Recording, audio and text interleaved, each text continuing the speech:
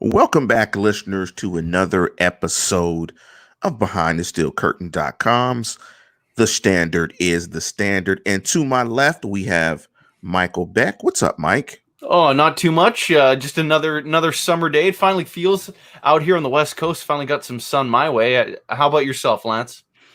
It's the weather is getting nice. No complaints here. I have that lid that you have on. I'm thinking about getting a new Steeler lid. They came out with some new sideline lids that I might get because that's probably going to be the closest that I get to a sideline this year. So I might as well have a sideline lid. Yeah, Make no sense? kidding. Oh yeah, I saw it. It's pretty nice design. I'm enjoying the stuff they're coming out with this year. Might have to put a dent in the old credit statement there. Yeah, we might do that. Before we jump into the program, and on this show, we have a special guest. We're going to bring in our special guest, Nick Farabaugh, and we're going to bring him in a little bit later. We're going to talk about Terrell Edmunds because the title of this show is The Curious Case of Terrell Edmunds. Is Terrell Edmunds a bust? I know how I feel, and I know how you feel, Mike, and we're going to get a film breakdown of that. But before that, if you want to contribute to the program, we always have the super chat feature. You can do it that way. But we prefer that if you want to do that. But always like the program, always subscribe, spread the word. Before we jump into the show, we want to give a big shout out to the editor-in-chief, Dave Schofield. We also want to give a shout out to Big Bro Sco, Who's Bad, Brian Anthony Davis. We also want to give a shout out to Tony Defio and to Jeffrey Benedict, who does an outstanding job with film breakdown. But before we get to that interview, I want to ask you a question, Mike. Were you surprised that Bud Dupree did not come to a long-term deal today on the day that franchise tags were due to be You signed? know what? Honestly, not at all. The second he filed that grievance for that extra $2 million, to me, it just the alarm started going off, saying, "All right, now that this is what he's asking for, he wouldn't be trying to work his way to make $2 million more if something long term was in the works." So once that grievance was kind of thrown out there, both him and Shaq Barrett, I'm like, okay, these guys aren't even in the realm of this deal getting done. So it's not surprising to me. And then couple that with drafting Alex Highsmith in the third round there, I feel the writing is completely on the wall for the very end of the Bud Dupree in Pittsburgh era. I don't disagree, but things are weird. These times are weird. You never know. And I've always been taught, man, if you don't ask, you don't get. So, you got to ask if they're willing to give it to you. If you win the grievance, maybe you'll get it. I'm not sure. I've got to reach out to some guys that I know that played. I have no idea how the NFL settles the grievance. You guys, the site did a fantastic job in trying to break down what he's considered. But I don't know. If you stand up a majority of the time, are you a defensive end? I don't know. So I don't know how that happens or how people do or how the league comes to that determination. I would think that you probably lose. And, but who knows? It's an extra $2 million to him if he wins. Of course, that would be an impact on the salary cap because the salary cap would decrease by the difference in the cap numbers because all that has to be accounted for. The Steelers have the space, so it would be cap space that they lost. But before we get to the interview, let me ask you one more question. Sure. There was a report that came out in Philadelphia that the Phillies, as well as the Eagles, will no longer have fans in the stands for the baseball season as well as the football season. What do you think? How will that impact the Steelers in Pittsburgh in the western part of the state? You think that will be the straw that breaks the camel's proverbial back and other teams proceed that way? What's your thoughts, Mike? I think once something we were talking about a little on air here, the owners are a little selfish when it comes to money. If someone's not able to make it, then they're probably not hoping the guy next to him does. But if there's some way that they could profit share amongst the entire league for those revenue gates, and I suppose that's possible that other owners might be okay with those states that are doing a little bit better coronavirus numbers wise, then possibly there could still be some teams that have fans in the stands. But I feel like we're definitely trending towards what is happening there in Philly and seeing something along the lines of a very limited or none in the way of fans in the stands in 2020. I mean, the one thing I've learned in watching football for the last, I mean, I'm 50 years old. I turned 50 this year. So I'm going to say I've been watching football where I can remember for about 40 years. I mean, the NFL is one for competitive balance, and they try to make sure that that exists beyond around the league. And I just can't see a scenario in which um, the Eagles won't have fans in the stands, but you go to Dallas and there's 150,000 fans. You know that will that's not fair from a competitive balance perspective. So, I, unless you can have fans in all stands, I don't know if you're going to have fans in any stands. And I think right now in Florida, Texas, Arizona, and California specifically, that's probably about 10 teams. I think that is really impacting the ability for fans to be there in the fall. So I'm again in the area of I don't think there are going to be fans. So it was interesting that Philadelphia, and being a really big market team, that they announced so early that they're just not going to do it. And so, we'll see. If you want to go to games in the fall, it might be the fall of 2021, unfortunately, but we'll see. But don't want to spend too much time in that. I want to just shift to the interview, and I want to bring in our special guest, Nick Farabaugh. Nick, welcome to the program. Thank you guys for having me on. It's a pleasure to be here with you guys tonight. And what we wanted to do was we wanted to break down, because I've done a couple of shows with our own Jeffrey Benedict where we did a breakdown of Minka Fitzpatrick. We also did a breakdown of the gentleman who Mike is wearing a jersey of, Devin Bush. We talked about that individual. That's a nice, crispy white jersey. And by the way, I like the white jersey a little bit better than a black jersey. Please don't kill me on the live chat. I'm a fan of the white and the gold pants. And if they do, I was hoping they go all white with the color rush. That's just me. I would love if they go all white with the color rush. But we wanted to bring Nick in to break down Terrell Edmunds and the curious case of Terrell Edmunds. Terrell Edmunds' impact and his ability to football play as a player in the Steeler fan base is one of great controversy. So we wanted to bring you on. You watch a ton of film. We wanted to get a film and a football perspective of the player. So the first question I want to ask you, just simply, what are his strengths and his weaknesses as a football player as you watch him and dissect him on film? Yeah, I mean, I think that he has a very, very key weakness. That is ball skills. So you see him just miss the ball very, very, very often. I mean, the David Johnson touchdown against Arizona is the big one that I will point to. But there are numerous examples where he misses interceptions. And he doesn't even get many splash plays. He's had one interception and one fumble recovery over his first 2 years, 2 turnovers forced. You need more in the modern NFL from your safeties. You need more than 2 forced by your strong safety. That's just something you have to do. But I will say his strengths all come in mainly the physical department. He's a great athlete. Coming downhill, he is very, very fast and explosive. He's quick and agile, so he's a fluid mover. I like the flexibility he has, so he's able to flip his hips, mirror with even quick receivers. He played pretty well against Tyler Lockett when he faced him in week 2 against Seattle. So that was a pretty good matchup for him. And you will see him stop guys like Cooper Kupp out of the slot, but he's inconsistent in man coverage because he's over aggressive. So he will get baited by double moves at times. So it's a discipline issue there. The one area I really liked to see the improvement from this year, though, was the instincts and really reading the offense. I think he got a better feel for the game out there, and I thought he was using his athleticism to a bigger degree, and that's why he registered so many tackles, I think, last year. He was around the football all the time because he was seeing the field well, and I think that's something that really is nice to see from him. You know, it was strong run fills. It was in man coverage. It was in zone coverage. He was anticipating routes. And even as the Steelers moved to a more complex team last year, because obviously the more talent they have, the more they disguise their coverages. I think Edmunds actually did pretty well in that role. And I think he did pretty nice there, but also it's the finish for me. This is kind of what I talked about on the Twitter. Edmunds is good throughout the process. It's the finish that hurts him. He misses too many tackles. He missed, I think, 13 or 14 tackles last year. 12% of his tackles, he missed 12% of them. So that's not good to see from a guy that is your strong safety, your box safety. And again, he's not making plays. He's shaky in man coverage. So there's certainly areas Terrell Edmunds has to improve upon.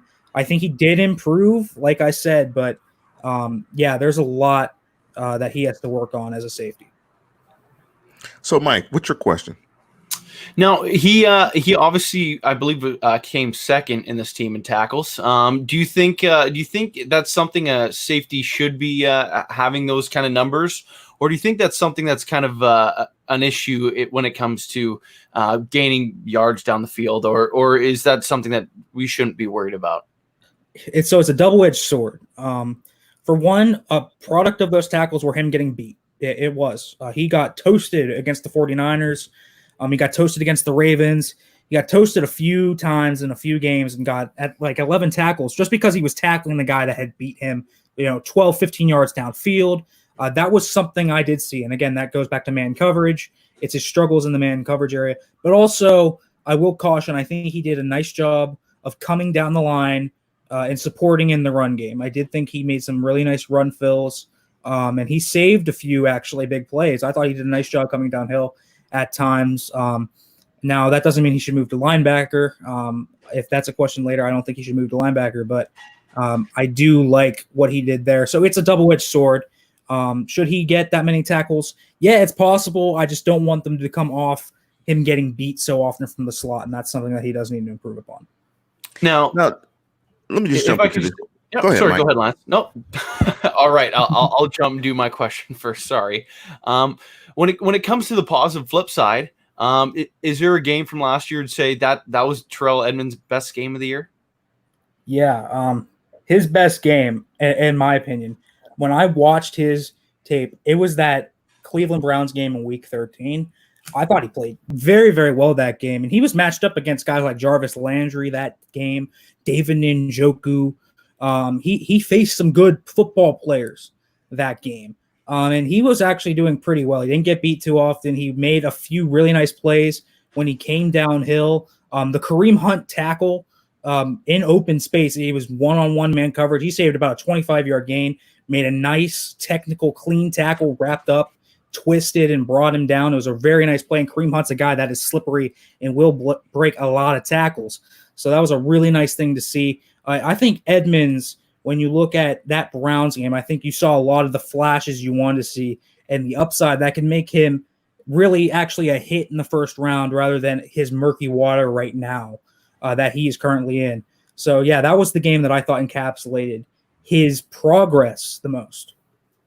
Now, it's interesting that you say a hit in the first round because I want to use this comment from Ezra Nehemiah to ask my second question. And Ezra said the following: my main knock on Edmunds is that he was picked in the first round. I know that's not a reason, but if he were a second rounder, I'd be more patient. So let me follow that up with my question. Do you think the fan base is so down on Edmunds because of the lack of splash plays? Let's say in the first couple of years, Edmunds, let's say he averages 4 interceptions. A couple of fumble recoveries, that he makes more splash plays instead of solid stick to your ribs plays where you make good tackles, you're in the place that you're supposed to be, you don't give up a play, sort of those plays that don't really flash or splash to the screen. Do you think the lack of splash plays is why the fan base is down on Edmunds, and you couple that with the fact that he was a first rounder? Absolutely. I mean, like that's the biggest problem of his game. If he had made, because you can live with guys that get beat from time to time if they can make an impact in the form of splash plays. Edmunds doesn't bring that, and he gets beat often enough to where you can say, okay, this is a guy that gets beat and he's not giving us production to take the ball the other way.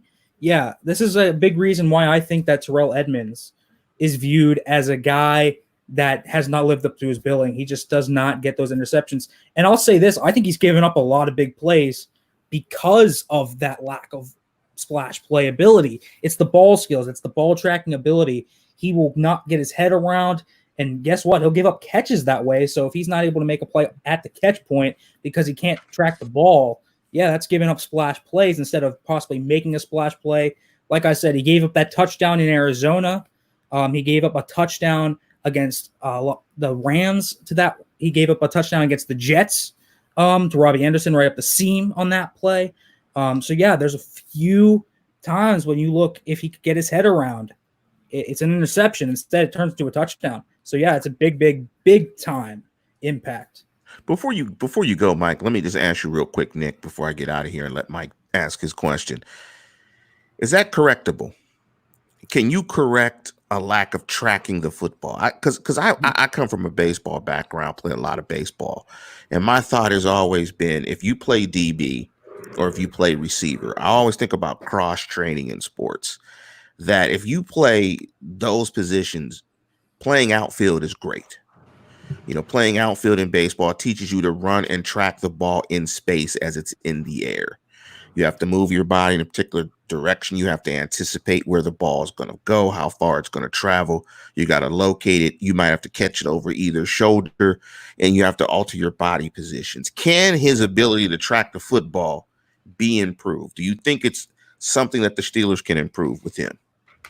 It's tough to improve ball skills. That's the unfortunate thing. This is one of the toughest places a defensive back has to fix. Ball skills are tough because Terrell Edmunds is a guy that's been playing safety for a long time. This is not a guy that's made a position switch by any means. So he's not learning a new position here. This is a guy that has these body movements ingrained to him. It's like fixing a quarterback's mechanics, right? Fixing a throwing motion, fixing footwork. That's not super easy. Fixing accuracy goes in with that, but it's not easy to change motions like that or fix a mindset. So when you look at Edmunds, he's going to have to do a lot of training. It could be a multi-year thing for him to actually get this improved. If he does, certainly it's possible to fix it. But like I said, it's a lengthy process. He's going to have to work his behind off to get much better at tracking this football. He's going to have to learn how to contort his body. He's got to have an internal clock fix. Because this is also something when you're a defensive back and the ball is in the air, and like Edmunds does get toasted a lot. He's in recovery a lot, so he's just bailing and going to make a play on the ball, hoping he can make a play, and that's also why he gets a few DPIs from time to time. You're going to have to switch a lot of his internal clock mechanics, plus all that stuff that comes to ball skills, the high pointing, getting your head around. It's a technical thing that you're going to have to completely rewrite, and it's going to have to affect multiple areas of his game. So, yeah, it can be fixed. Not an easy fix, though. It's not an easy fix at all, which is why if I were Edmunds, instead of going for maybe interceptions, I would be focusing on punching footballs out and trying to get forced fumbles, because that's another way you can get get turnovers, is knocking footballs out of guys' hands in the open field. Since he plays so well down near the line of scrimmage, he can certainly force a few fumbles, and that would also be really, really nice to see him do. He forced one in the preseason last year against the Chiefs, so I would like to see that happen more from Edmunds. Right, so I guess us as Steelers fans, it's quite easy to rip Edmunds, and we do it quite a lot. If there's one thing on the flip side, what's the most positive, what's the best part of his game? What's something we don't need to worry about with Terrell Edmunds? The physical tools, right? I mean, the physical tools are there. This is why the Steelers took him anyways. He's so athletic. He tested like an NFL freak. He's a freak athlete. I mean, he really is. This is a guy that has everything an athlete wants. He's not stiff laterally. He's very smooth and fluid in his upper body, so he'll make speed turns really nice in coverage, and man coverage specifically. He can really throttle down and fly down. His closing speed's great. So he will maintain that even against speedier receivers. This is actually a little bit of an interesting thing that you can do with Edmunds because he is so athletic. The more athletic quarterbacks that keep coming into the NFL, he can work almost as a pseudo QB spy at times because he is so athletic. The Steelers will obviously need a third safety there that they can trust for him to come down and play that role, but I think he can do that because he is so quick and athletic. He did that a little bit with Kyler Murray in Week 14 against the Cardinals, and it was really nice because he got a few tackles out of that. He did that job actually really well. So, yeah, the athletic potential that he has with that physical tools and the length he has, everything he has physically is there. That's why his upside's so high, and that's why I'm not giving up on him yet. You have another question, Mike, you want to get to? I guess when it comes to his drafting and when he was brought in the league, do you think it's a conspiracy theory of mine a little bit? Do you think the Steelers were higher on him because of his brother, because of those family roots? Do you think that's possible at all? Yeah, they love family bloodlines. This is a thing the Steelers have emphasized throughout their drafting history. The man you are wearing, Mike, Devin Bush, he came from a football family. TJ Watt came from a football family. You look at all these guys that come from football families among the Steelers organization. Alex Highsmith is a very, very well tenured guy with football roots. A lot of guys that they have come with football roots. So absolutely, I very, very much think that made them higher on Edmunds than a few guys. Obviously, looking back on it, there was a guy like Justin Reed there. His brother, Eric Reed, is a football player. And Justin Reed has been the superior player to Edmunds at this point. But yeah, the football bloodline is a huge thing for the Pittsburgh Steelers. And I think Edmunds' physical talent and his athletic traits plus that football bloodline kind of sold them that this is a guy that has gotten in the routine of training for football, and he can live up to that upside because of those football bloodlines. Now, just another question here. When it comes to just a hypothetical world, cap space doesn't matter. Do you think there's a free agent? I'm not talking trade, just free agent right now that could be an upgrade at that position right now for the Steelers? Free agents are scarce right now. I won't say upgrade. I don't think anyone can upgrade from Edmunds. Like, I view Edmunds as an average strong safety. I don't view him as below average. I think he's average. He's athletic. He's got decent instincts, but doesn't make any plays. So he's your run-of-the-mill strong safety. Ideally a third strong safety, but he's obviously our starter right now. But if there's a guy that he could maybe bet on, Obi Melifonwu is out there. He's obviously a former second-round pick, but he flunked out of Oakland, flunked out of New England, but he's tradesy. He's got a very, very good football background, which the Steelers like. They met with him in the pre-draft process. He's shown the ability to make some plays. It's an upside signing at that point, but I think he could be an interesting signing for them, maybe to get something out of there if they can. I think he'd be a nice developmental piece, but there's very, very few safeties that I could point to right now that I could say upgrade over Terrell Edmunds. Probably not. Let me ask one question before we jump into the live chat. I talked to Jeffrey Benedict, our film guy that breaks down stuff for BTSC, and he likes the physical aspects, of course. I mean, that's pretty obvious with Terrell Edmunds. His little brother's a freak. His brothers are all they're all physical freaks. He seems to think that Edmunds' versatility, given his physical ability, allows the Steelers to be very flexible in a lot of the packages that they run. That because he's so flexible and because he can do so many things, it allows them to do a lot of things. So is it a case of a lot of his value comes from that and that ability to give the Steelers so much flexibility in terms of how they play, as opposed to plays like Minkah Fitzpatrick or stuff like TJ Watt? Sort of like you need a Ringo on a defense, right? At some point, everybody is not going to be Paul and John. Somebody's got to be Ringo. Do you think Jeff hit it on the head there with the ability that Terrell Edmunds provides, that ability for the Steelers defense, that versatility? Edmunds does a lot of things. Yeah. I think he's a versatile. I'm going to get a little football nerdy here. In the different coverages the Steelers were running last year, they were mixing in quarters, which is just one fourth, one fourth, one fourth, one fourth. Cover 3, their Tampa 2 defense. What he allows them to do is move around guys. So Minkah Fitzpatrick obviously allows this too, because Minkah Fitzpatrick is a just unicorn essentially of what he can do on the defense. But what Edmunds allows them to do is still have that athleticism on the back end. And because he improved his instincts and football IQ this year, he's not going to he's not going to abandon his zone. His eyes are good. He trusts his eyes. So what Edmunds can do is He can give you a quarter safety. He can allow you to rotate guys down. He can rotate down himself. They can trust him in the box as a nickel backer if they really need to. He's not going to be a full-time linebacker, but can he come down and play a little linebacker? Sure. Like I said, they put him as a spy against Kyler Murray a few times, so they moved him down there a little bit. And what they'll do is actually Cam Sutton will become that safety in the back ends at times, and Terrell Edmunds will creep down. So it's also his line of scrimmage capability. It's his ability to make those run fits. They'll put him in the slot, obviously, a lot. Again, I wouldn't put him in the slot as much. I think he struggles in man coverage still, but that is part of his versatile aspect.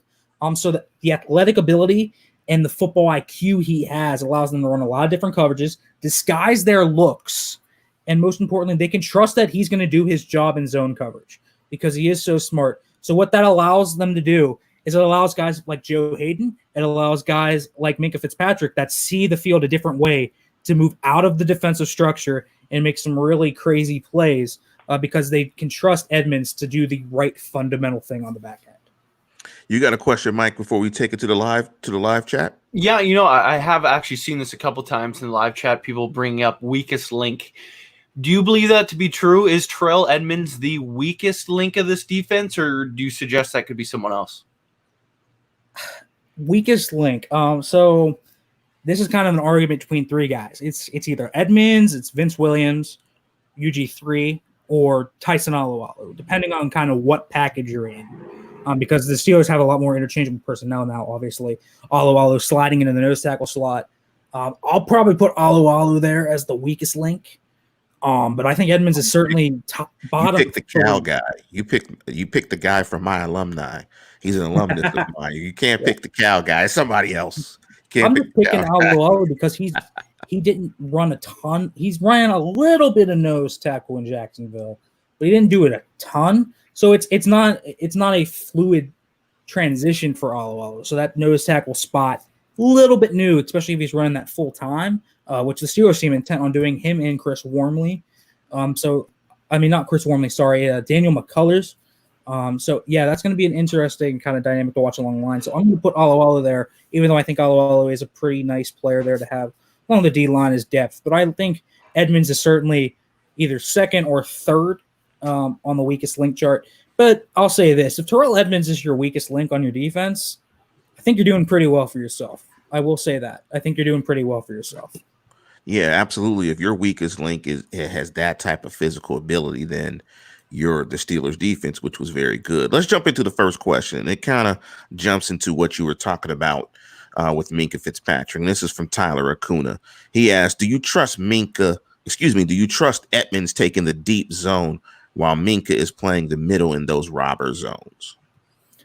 So the Steelers did this a few times, but when they were playing cover 3 robber, sometimes what they would actually do is they would rotate Minkah down, fly Cam Sutton back. This is what I was talking about with Sutton. So those cover 3 robber zones, Edmunds is either somehow flanking out to one of those 3 corner spots, and Hayden and Nelson are doing something underneath, or they're moving Edmunds underneath in some type of man coverage in the slot. So that's another thing.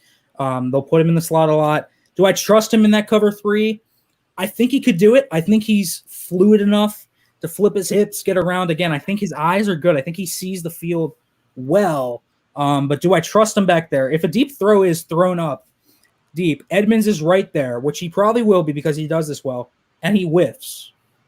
Do I trust him back there because of his ball skills and ball tracking ability? Because, if you're in the end of the game and he's back there and you just lob it up, Edmunds is the guy there. Is he going to get his head around? I don't know, but I certainly trust him from a process standpoint. Do I trust him to finish the play? That's a little iffy. Now, and let me load up one here. This isn't a question, but a stat projection from Ezra. Do you think there's a world where Terrell Edmunds is picking up 2 interceptions and 2 fumble recoveries with less than 100 tackles, as Ezra is calling here as well? Of course, the 3 sacks might be the most bold number there, but I don't even know if you have to dive into that. But yeah, 4 total turnovers and less than 100 tackles. Is that possible? So that would indicate Edmunds took a jump, in my opinion. That would indicate that Edmunds is having a more quiet year because he's improved in man coverage. His His hip and eye discipline are good from a man coverage standpoint. That is one of the things that he flashed last year in man coverage. He grew there. He was a raw. I mean, this guy was just as green as can be coming out in man coverage, coming out of Virginia Tech. Last year, he took a step there. So if he takes another step there, I can see this. He would have to take another jump in his instincts because I think his instincts are good, not great. And I mean, you saw Minkah get a lot of picks off the tips last year because he's just in the right place. He reads the flow of the offense. Edmunds would have to take a step up to get that stat line. Is that a reasonable stat line I'm going to predict? No. I could see the 2 fumble recoveries because Edmunds is around the football a lot. But I'm not going to jump out of my way to do that. Again, it's going to take a while for him to really work on his ball skills and get that. I could see the 78 tackles. I could see like 78 tackles, 1 pick, like 5 deflections, and maybe a fumble recovery. I could see him matching his total. I just don't think he's going to get he's ever going to be much of a playmaker in terms of creating turnovers. So here's the real question between turnovers. Who's having more interceptions this year, Terrell or Trey Edmunds, the running back? I just watched his interception today. I'll take Terrell just because I don't even know if Trey's going to make the team. So I'll say Terrell.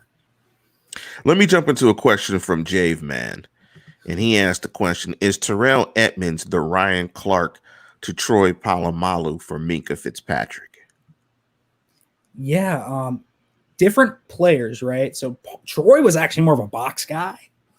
A lot of the time, Ryan Clark was a Mike Mitchell type force. So is Minkah gonna get that from Edmunds? I don't know if he's a Ryan Clark. Because listen, I like the physical traits, but I don't know if Edmunds has the physicality of a Ryan Clark. No. I don't think he does because Ryan Clark is one of the most physical Steelers I have in recent memory. He would light dudes up. Just ask Willis McGahee that question. He wouldn't remember. Like he definitely will not. I feel like Edmunds can be that stabilizing force, though. If you're referring to a Ryan Clark stabilizing force, if Edmunds can take another step, I think he can be that. So yes, I think he can let Minkah do a lot more if he stabilizes that position across from Minkah. Now, Dallas Quinley asks, is Edmunds better than Burnett? I might transition this a little bit, actually, because Burnett kind of plays the same role as Mark Barron did a year ago. Could Terrell Edmunds play that Morgan Burnett, Mark Barron role, and would he be more or equal as successful as those two guys?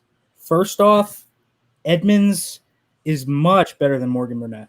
Morgan Burnett couldn't stay healthy. Edmunds has proven he can stay on the field. Morgan Burnett was athletically toasted at that point. So from a physical tool standpoint, I think you already have Edmunds being the better football player. Can he function in a Mark Barron role? So he's not going to be a base linebacker in a 3-4 scheme. He's just not. He doesn't have the mass to take on guards or tackles or centers moving to the second level. He's certainly quick enough to scrape over and avoid the trash. So this is why you saw him move down a few times in sub packages. So you get a little smaller there. You allow maybe in 6 DBs in their dime package, he would squat down and maybe allow Bush to move out at times because Devin Bush was really good in coverage last year. So there's a few times where you can say, yeah, he can fit into that Mark Barron role and maybe come down as a linebacker because of his skills and his run stopping ability. But I'm never going to trust him to be a full-time linebacker. That's not what he does, and that's not what he should ever do. There's reps against Buffalo where he just got washed out of the play. I mean, they lined him up in that kind of role too. He got washed. So yeah, and unless Edmunds somehow bulks up 15 pounds and they truly intend on just viewing him as a full-time linebacker, I don't see it happening with his current body weight and current skill set. Let me jump into another question from Dallas Quinley. We'll keep it in Dallas. Is there more pressure on Edmunds with the loss of Mark Barron? Do you think he'll slot into some of the role of Mark Barron? Or do you think, I guess that'll be some UG3. How will they deal with the loss of Mark Barron overall? So it's possible that he could slide down in some aspects. I still think that's going to be an Ulysses Gilbert III thing. I think Vince Williams will take the base snaps. And I think UG3 will take the sub package snaps. But certainly, if the Steelers want to go small, which I don't know what this is like my gripe. I don't think they're going to go small at all because they don't have that other safety that they can trust on the back end to replace an Edmunds.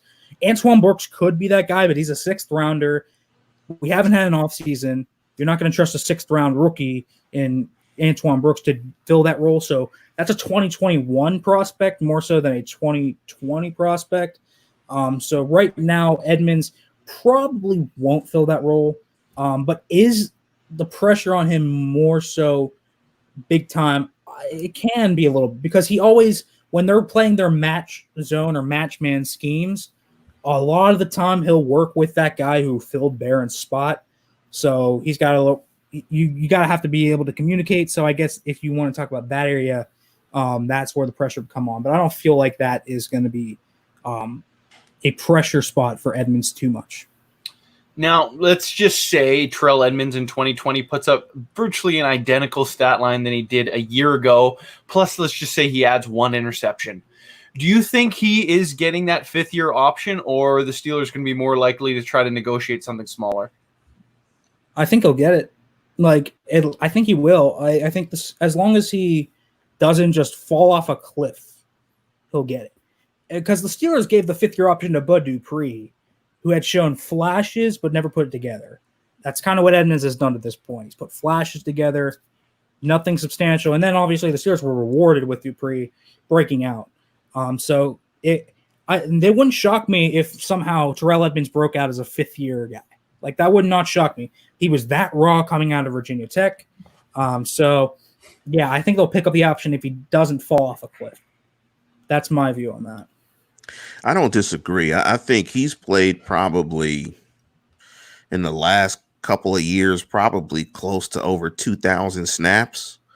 And, they're not going to give up on a first rounder that's played that much. They're going to give him every opportunity to continue to get it. And then you just won't get a deal after that. But they're definitely, in the safety transition cost, I think it's still at the transition cost price. I don't think it's not $17 million that Bud Dupree is asking for. So I think that's something that they can absorb. Let me get into this question from Donald Nolan here. He said, any thoughts on implementing the 90-man roster breakdown? I think that might be a question for me. As the breakdown of A to Z, me going through every single player on the roster one by one. I would love to. I was just going to type out a response to that. I think that 90-man roster breakdown time-wise is working out great, but we are within 90 days to the start of the regular season, so I don't think there'll be 90 guys still left on the team by the time we get to the end. So I don't think we're going to be hitting that up. Maybe next year. That's a good point. Thank you for that, Donald. Well, so Mike, give me the pass. I'm in the crease. So this can be an assist, a 2-pass assist for me. You can get 2 passes can get you an assist in hockey, right? That's correct. It can. Okay. I want to make sure I know a touch about hockey. So let me jump to this question. So you assisted me to getting to this question. How important is speed to playing deep in the secondary in your opinion? Yeah. So if you're playing in a single high scheme, huge. So there's a few traits that you need to have to play free safety. You need to be fast. You need to have fluid hips, and you need to have good instincts. And preferably you have ball skills. Because free safeties without ball skills don't make plays over the top usually, and you can lose sight of the ball like Edmunds does. But since Edmunds primarily functions as a cover 2 or a cover 3 or quarter safety, he can do it. I think he's fine in that area. Speed does matter because it's range, right? You want to be able to get a guy over the top that can make a play. So it's a part of that. It's a part of range, but so is the fluidity in the lower body. So those are kind of your 2 key traits. And then you have obviously reading the flow of the offense, reading route combinations, anticipating those routes. So yeah, speed does matter, but it's not the end all be all. There's a few other traits that you need to have to really be a great deep safety. Edmunds has a lot of the the physical traits, and he has the mental aspect. He just doesn't have the ball skill aspect. Now, Dean McCrae asked, if we had another Bush caliber linebacker, what would that allow Edmunds to do? Now, I guess let's just say we have two Devin Bushes. We got two clones up there up front. What does that kind of let the defense as a whole do? I think that would affect a whole lot more than the safety spot.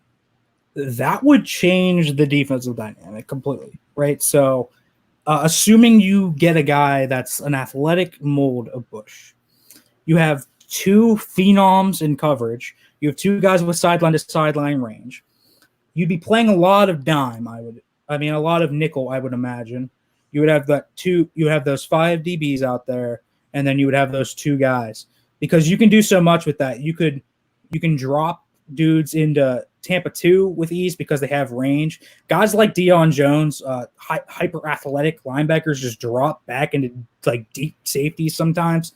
It's crazy, but they do it because they're freaks.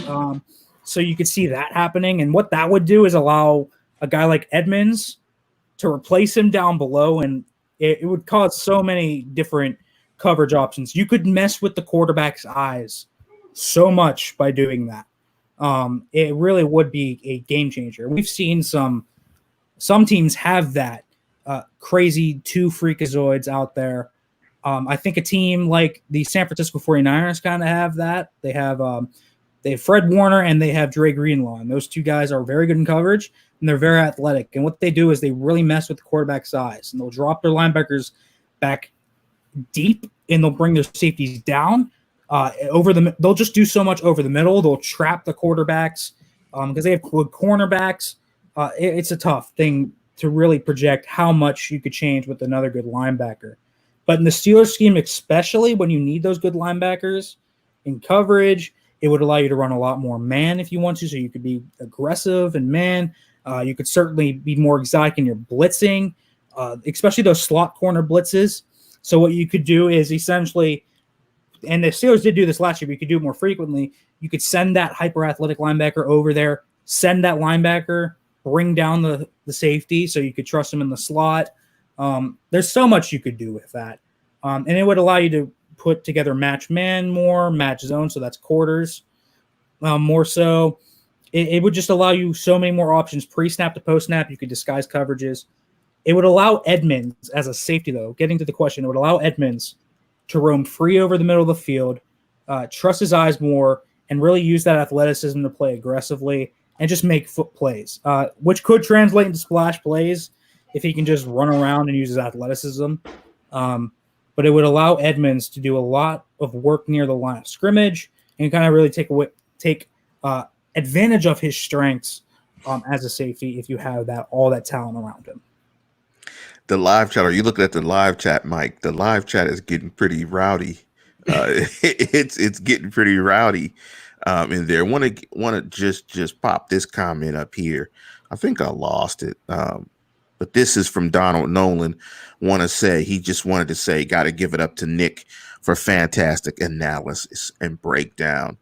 And you have done a fantastic job, Nick, with your breakdown. I have one last question, and after my question, I will throw it to Mike. What's this defense going to look like this year? How much better can it get better than last year? Last year was really special.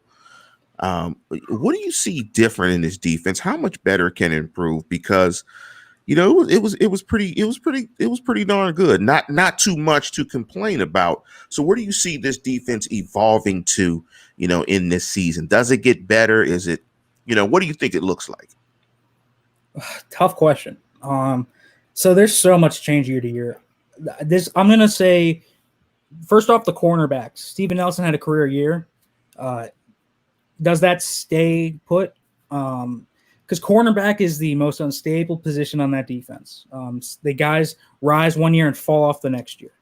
Xavier Rhodes from the Minnesota Vikings, now the Indianapolis Colts, clear example of that, was an elite corner. Now he is a guy fighting for scraps. Josh Norman, same guy. Joe Hayden's 32. Is Joe Hayden going to be Joe Hayden still? I've been talking about that for a few years now. Is Joe Hayden ever going to fall off the cliff?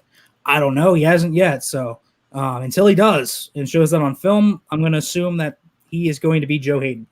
But can it be better? That's a tough one. If I'll say this, if UG3 turns out to be really good, yes, because that's an upgrade over Barron if he's good. But losing Javon Hargrave is going to hurt. I think it's going to hurt, even in base, because you had Hargrave in base. You had Hargrave to it, Hayward, Dupree, Watt. And, I mean, that's a horrific matchup for any offensive line, even elite offensive lines.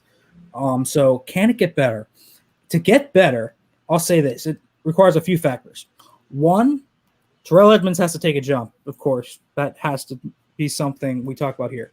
Two, Ulysses Gilbert has to be good. Everyone has to maintain their level of play. Steven Nelson still has to be the shutdown guy he was. Joe Hayden doesn't have to fall off. Vince Williams has to play well.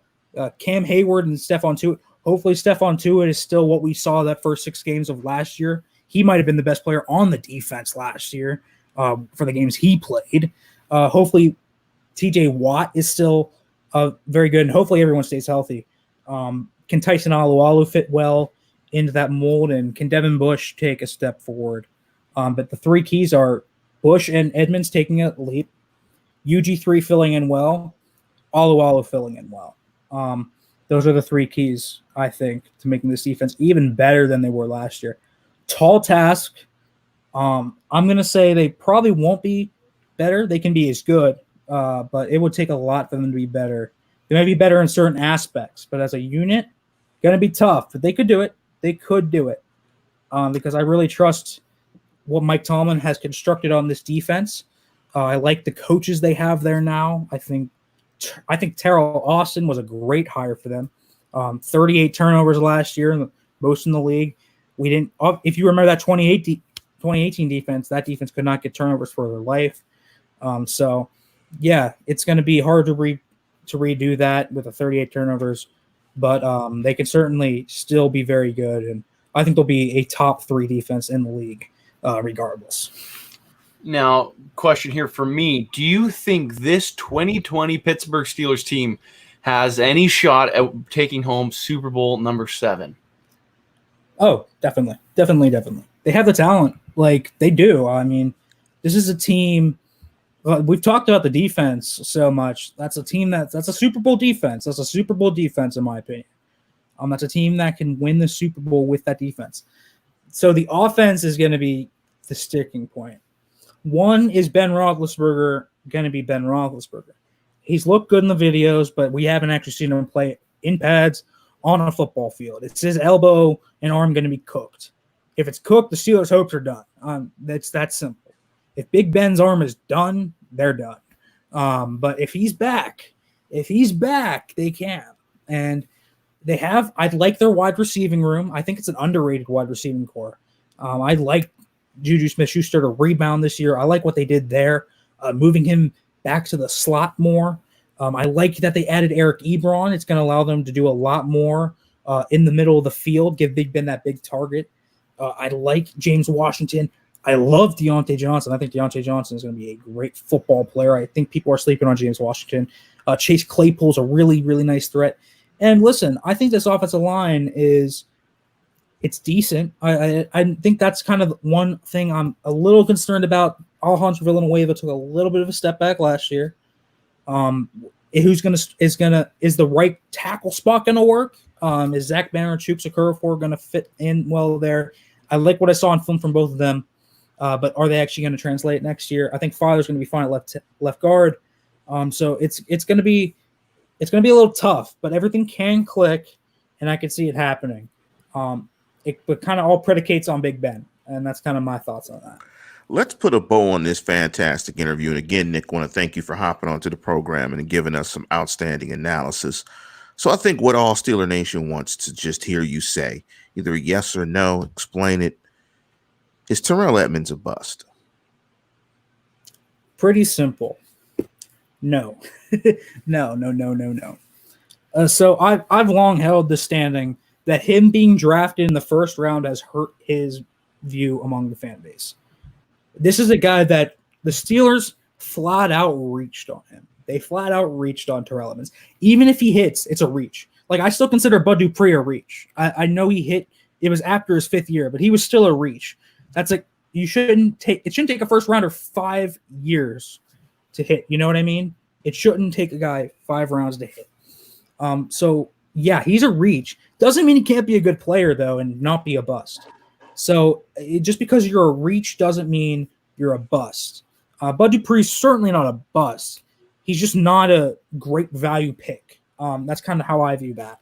So Edmunds he's not gone for broke yet. He's 23 years old. He's shown flashes. He took a step forward from his rookie year to his sophomore season. I think Edmunds has a possibility to be a hit. If he hits next year, I think that makes the Steelers pick look a lot better because it just shows that their development track is quick. I still don't expect Edmunds to fully take a step forward next year. I think that's year 4, year 5. Again, I think it's a reach, and his view was hurt. I think this guy should have been drafted 2nd, 3rd round all day. I think he was a day 2 pick, not a first-round pick. But is he a bust? No. He's just a reach and bad value. I agree with you, Nick, and I'll give you guys an example of a bust. Jarvis Jones was a bust. That's a bust. He is not Jarvis Jones, and I tag Jarvis Jones with the name El Busto. Jarvis Jones is a bust. I agree with you that I think he was a reach. But before we get out of here, where can people find you? Where can people find your stuff? I follow you on Twitter and I respond to a lot of your tweets. Where can people find you and find some of the information that you provided on this show? Yeah, so people can find me on Twitter at Farabaugh FB. That's FARABAUGH FB. That's my Twitter handle. Breakdowns there every day. A few other things that I do over there. If you want to read my Steelers work, it's on Steelers Now. I work for Pittsburgh Sports Now over there. I write some Steelers stuff that usually film breakdowns, but I do some other things over there as well. And if you're an NFL draft guy, I write over at Pro Football Network. So if you want to read any of my draft stuff there, I broke down someone, Isaiah Polamau. That's Troy Polamalu's nephew. I broke him down earlier last week. So you can get guys like that over there. So that's kind of where you find my stuff at, guys. You got anything else you want to ask him, Mike, before we go ahead and call this a wrap? Oh, I don't know. That was a lot of fun. Thanks for coming on, Nick. Yeah, no problem. Anytime, guys. Anytime. Make sure you follow Nick. The information is fantastic. The cut-ups, the videos, great stuff. And I think I agree with you, with him about Edmunds. Everybody can't be a star.